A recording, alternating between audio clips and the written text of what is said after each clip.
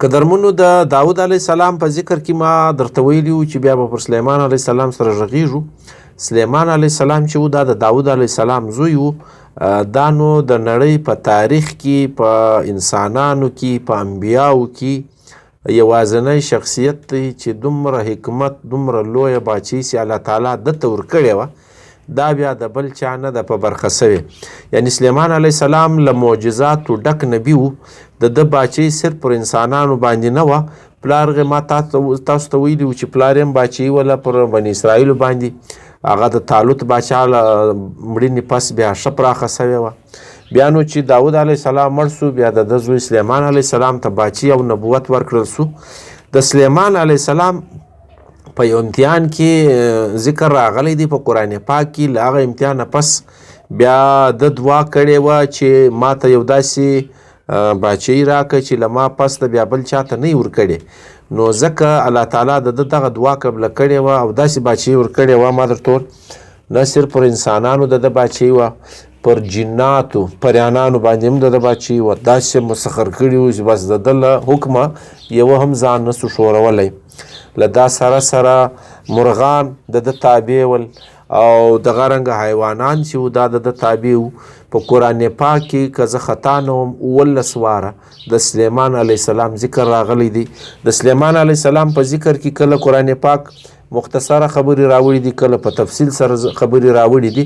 نو که چیرې تاسو قرآن پاک وګورئ نو په سورة البقره کې 2 واره د ده ذکر راغلی دی، په سورة نمل کې 7 واره ذکر راغلی دی، په نساء کې 1 وار، په انعام کې 1 وار، په سورة سواد کې 2 واره، په سورة انبیاء کې غالبا 4 واره دا کیسه راغلی ده، د ده ذکر راغلی دی د سلیمان علیه السلام. نو دا د بني اسرائیلو د سیمې ډیر لوی باچا تیر سوی دی، د حکمت والا تیر سوی دی. تخت به داسې په هوا ګرځېدی، پریانانو به ګرځاو، هوا به ګرځاو. یعنی قرآن پاک وایي هوا که تیزه وه که سوکه وه، خو موږ د ده ته دونې مسخر کړې وه چې ده څنګه غوښته هوا به هغسې روانه وه. د ده په طبیعت بدله، د ده دا تخت دی، دا کرسۍ چې ورته وایي دا به یې وړله، دی به پکې ناست و. نو د یروشلم په سیمه کې د ده باچهي وه، د هلته زوکړی وی. د مور په نامه کې اختلاف دی، ډېرو علماو لیکلي دي چې د مور نوم چې دی دا نه دی څرګند. ځینې خلکو د وروستني تورات کې چې لاسوهنې سوي دي د هغه په حواله لیکلي دي چې بنت سبع چې وه دا یا بنت سبو دا رنګه د دې نوم ذکر سوی دی، یعنی د سبو لور، خو بیا یې هم نوم نه دی راغلی. د داود علیه السلام په اولاد کې بس د سلیمان علیه السلام حیثیت ولاړ دی ښکاره. په قرآن پاک کې د ده چې کوم ذکر راغلی دی، کوم آیتونه چې راغلی دي، نو داسې ښکاره کېږي چې الله تعالی وایي ما و ده ته باچهي هم ورکړې وه، علم هم ورکړی و. ولقد آتینا داود سلیمان علما، بیا وکلا آتینا حکما علما. یعنی څو ځایه الله تعالی دا خبره کوي چې ما و ده ته علم ورکړی و، پوهنه مې ورکړې وه. نو د دې پوهنې بېلابېلې څېړنې سوي دي. علما وایي چې دی له حیوانانو سره په خبرو پوهېدی، له پریانانو سره پوهېدی، له مرغانو سره پوهېدی. دا ځینې خلک دا رنګه بحث کوي چې مرغه عادت کې بیا په لوږه هم سړی پوهېږي، په تنده هم سړی پوهېږي، په خوشحالي او خوابدي هم پوهېږي، که حیوان وي که مرغه وي. نو دا یو کېدای شي. سلیمان علیه السلام ته الله تعالی دغه معجزه ورکړې وه، دغه حکمت یې ورکړی و چې هر څه باندې پوهېدی او هر څه و ده ته داسې سر کښته ولاړ و چې هېڅ یوه سرغړونه نه سوه کولی. د ده په دغه کې د هوا او تسخیر ریاض ورته وایي. هوا یو د ده په لاس وې، د ده په طبیعت چلېدې، د ده په حکم چلېدې. تیزې ګرمې سړې دا نه وې پکې، بس چې څنګه د غوښتې د وخت او موسم او د ځای مطابق به روانې وې. دا د الله تعالی په حکم باندې له ده سره یو معجزه وه. او د قرآن پاک آیت دی چې ده به سهار هم د 1 میاشت سفر کاوه، ماښام به هم کاوی. د دې څه مطلب سو، ګویا ده په سهار او ماښام کې د 2 میاشت سفر کاوی. نو د دغه هوا په ذریعه به دونې تیز روان وي چې تخت به په هوا وي، تلی به دا سفر به کاوی. نو که هوا تیز او ګرم او سړه هر رنګه وه، دا به بیا د ده په مزاج چلېدله. ولسلیمان الریح عاصفة تجري بأمره إلى الأرض التي بارکنا فیها دا قرآن وای او دغه رنګ ولی سلیمان الریح غدوها شهر و رواهها شهر دغه د میاشتې سفر چې په سهار روان سو هم د میاشتې سفر وکي که په ماښام روان سو هم د میاشتې سفر به وکي دا الله تعالی په قرآن کې ذکر کړي دي دا د مسافتونو حوال فسخرنا له الریح تجري بامر رخاء حيث اصاب دا آیت راغلی دی د اواده د تابع و چې څنګه به د غوښتله او د په حکم باندې به په نرمي سره چلیدله یعنی چې تکلیف نشي ځینې پیښ پکې خوابدی نشي پکې پریشانه نشي چې چیرې زړه غوښتی هغه خواته به هوا روانه کړې او په خپل حکم د جناتو د پریانانو ذکر چې دی دا د پاره مسخر سوي دا د په حکم د تر لاس لاندې و دا هغه د چې دعا کړې ول الله تعالی زخه چې ماته داسې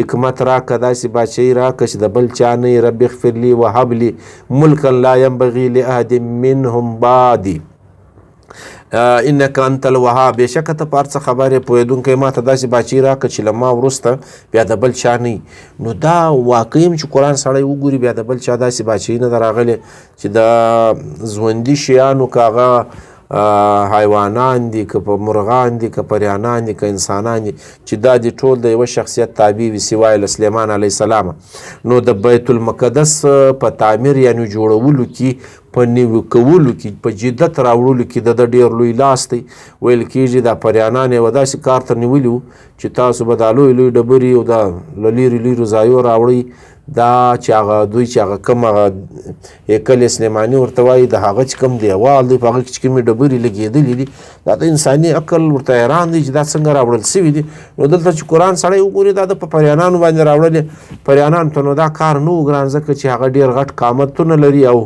ډېر د دروند کار کولی سي او په دې کې د داسې دا مسجد چې ورته وایي دا هیکل د دغه په جوړولو یا په نوي کولو کې چې د کومې ملغلورې له دریابه په دوی رااخیستلي وي دا قرآن ګردي ذکر کړي دي هر څه یې موږ ته وړاندې کړي دي ده ویلې چې د هیکل شاوخوا څلور طرفه به یو داسې ښار جوړوم چې دلته به انساني ژوند وي او سره آبادۍ به وي نو د دغه ښار په جوړولو کې د بیخي ډېر پریانان مسخر کړي وو او انسانان یې لګیا کړي وو دا کارونه یې ځینې اخیستل دا درانه او لوی کارونه سلیمان علیه السلام په پریانانو باندې کول دا درنې ډبرې دا قیمتي ډبرې ملغلورې دغه اوزار جوړول دا د پریانانو په لاس باندې ده کول او د بیت المقدس په نوي کولو کې یعنی جدیدولو کې د ډېر لوی لاس دا څومره چې ښایسته ولاړ دی دا څونه چې اوس انساني عقل ورته حیران دی دا دغه سلیمان علیه السلام کړی و چونکې دی نبي و نو دا د په حکم باندې پریانانو دا د انسان په عقل کې چې نه راځي هغه ډبرې او هغه شیان ورته راوړي دي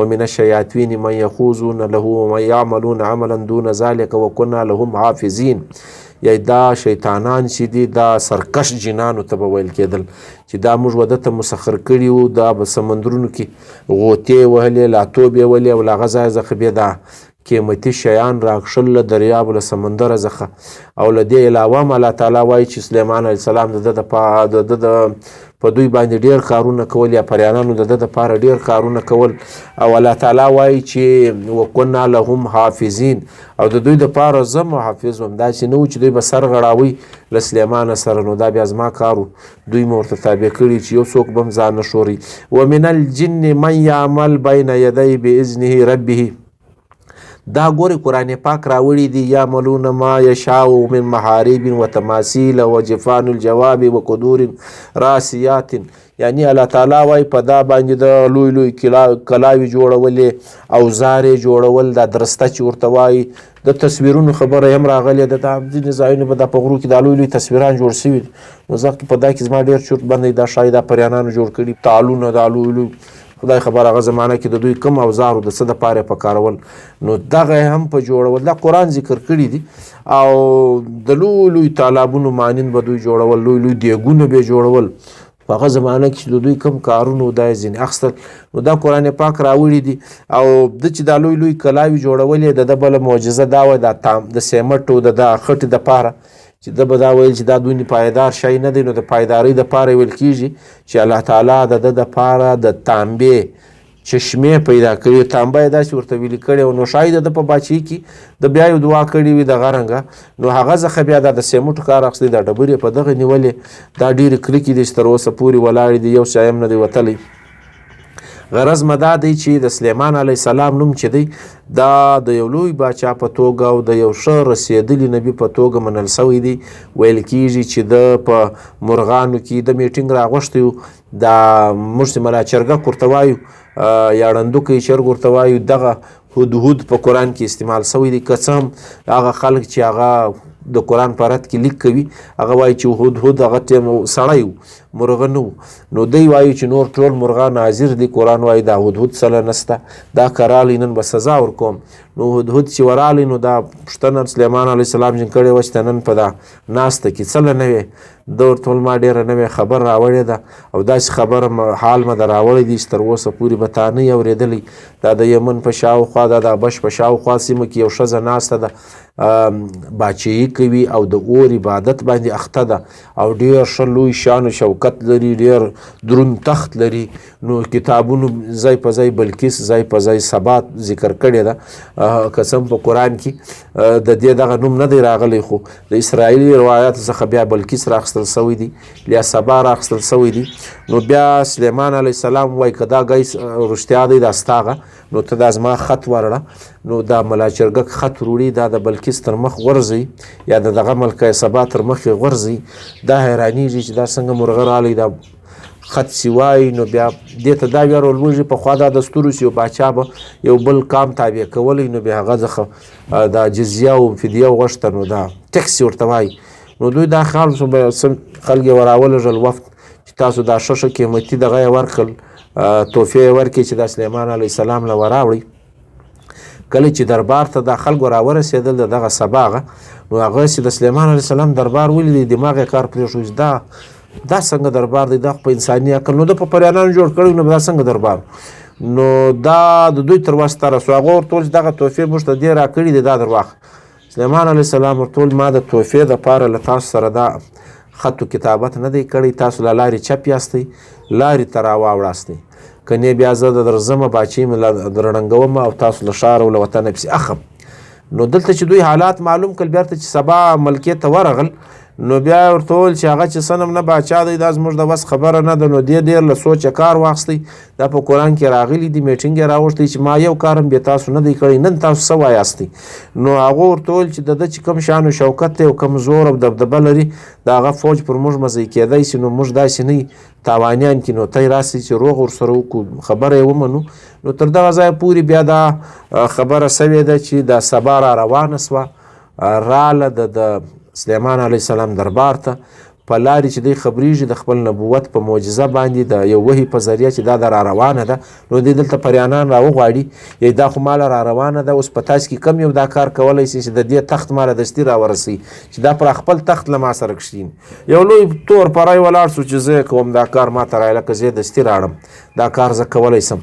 بل یې شاته بل پری ناست ول، دی به ځي راړي، زه دا دی ټک لاس یې داسې کړي، تخت یې دلته کښېښول، زه دونې زر در رسوی سم. دا راغلي دي. نو تخت یې دلته کښېښو، داسې ورسېده، پر تخت یې کښېنول، دا تخت ته وګوره. دا ډېر حیرانه سول، دا ستا تخت دی، ورښکاره کېږي خو دغسې لکه زما تخت چې وي. بیا یې ومنل چې دا واقعي زما تخت دی او ته ډېر د قدرت والا یې، ته ډېر د حیثیت والا یې، واقعي له معجزو ډک یې. نو بیا ویل کېږي چې دې اسلام راوړی، هغه ټیم د ده په لاس مسلمانه سوې وه. د ملکه سبا او د سلیمان علیه السلام دغه کیسه به بیا زه جلا په یو بله ناسته کې هم درته واضح کړم. غرض دا چې د هیکل سلیماني چې داود علیه السلام شروع کړی و، دا د بشپړه کړی و. نو داسې خوندوره باچهي، داسې ښایسته باچهي یې کړې ده پر جناتو باندې، پر حیواناتو باندې، پر مرغانو باندې. ویل کېږي په یو ډېر کلک کار باندې پریانان لګیا کړي و، دوی داسې په لکړه ورته ولاړ وي. نو قرآن پاک دا آیت راوړی دی چې دوی داسې سر یې په دا لکړه لګولی و. نو دوی ډېر وخت ولاړ و. نو کله چې د ده مرګ را نږدې سو، نو دی مړ سو، د هلته به دغه لکړه ته، نو دا وینه را ولاړ سو، دا د ده لکړه یې وخوړله، دا خاره اوبه چې دي. نو دغه لکړه چې یې وخوړه، نو سلیمان علیه السلام را ونړېدی. پریانانو چې ولیدی چې موږ دی خبر وای دی مړ دی، موږ به دا دونې دروند کار نه وی کړی. نو ویل کېږي تفسیرونه لیکلي دي چې کله دوی کار مکمل کړی وي، دا کار یې پوره کړي، بیا یې ودښت ته پام سوي و. نو دوی خبره داسې کړې ده، وایي کشکې له موږ سره د غیب علم وای چې سلیمان مړ دی، موږ به دا دونې خواري نه وکښلې. نو هلته علماو لیکلي دي چې ډېر دروند کار یې په لاس ورکړی و چې کله دوی خبرېدل کار پوره سوی و. ځینې وایي چې هغه دغه دی کلی سلیماني دی چې دا بیا بشپړه سوی و. غرض ځینې بیا وایي چې یو بل بلډینګ تعمیر یې په کولی هغه یې په پوره کړی. غرض دا چې د قرآن له رویه د سلیمان علیه السلام حیثیت واضح دی. دا رنګه باچا تېر سوی دی چې د ده رنګه باچا بیا په نړۍ کې بل څوک نه دی راغلی.